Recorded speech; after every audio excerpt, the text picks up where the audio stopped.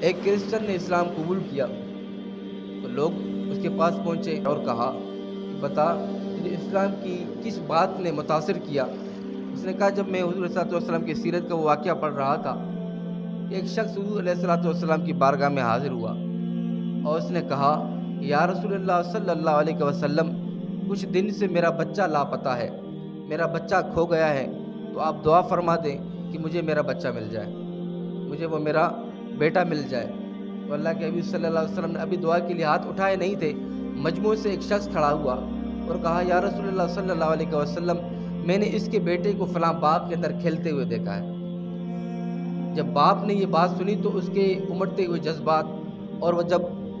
دوڑ لگانے لگا تو اللہ کے حبیب صلی اللہ علیہ وسلم نے اسے بلایا اور بلا کے کہا کہ جب اپنے بیٹے کے پاس جاؤ، کیونکہ کئی دنوں کی جدائی ہے، تو پھر ایک محبت، ایک احساس ہے کہ بیٹے کو دیکھتے ہوئے تم آبدیدہ ہو جاؤ گے اور اسے فوراً گلے سے لگاؤ گے، تو یہ کام نہ کرنا ہے۔ وہ تمہارا بیٹا، تم اس سے محبت کا اظہار کر سکتے ہو، لیکن اس مقام پہ تم نے نہیں کرنا۔ اس نے کہا یا رسول اللہ صلی اللہ علیہ وسلم، میرا بیٹا ہے، اگر میں نے اس کو بیٹا کہہ کر پکارا تو اس میں حرج کیا ہے؟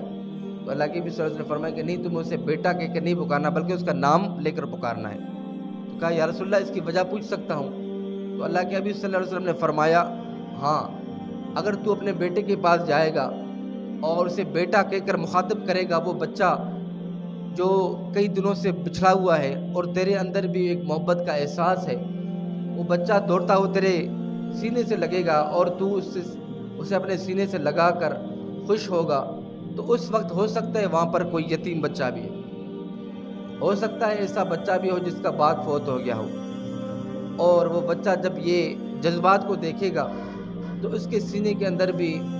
جذبات امڑ آئیں گے کہ کاش کہ میرا باپ زندہ ہوتا،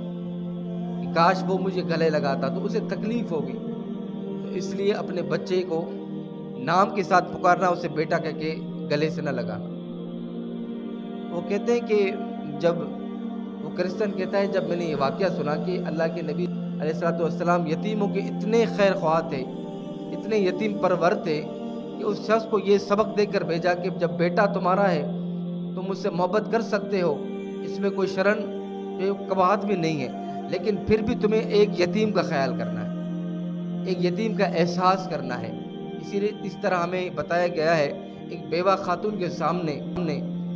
جو ہے وہ اپنی بیوی سے محبت کا اظہار نہیں کرنا چاہیے، کیونکہ اس کے دل کے اندر بھی جذبات پیدا ہو سکتے ہیں کہ کاش میرا بھی شوہر زندہ ہوتا،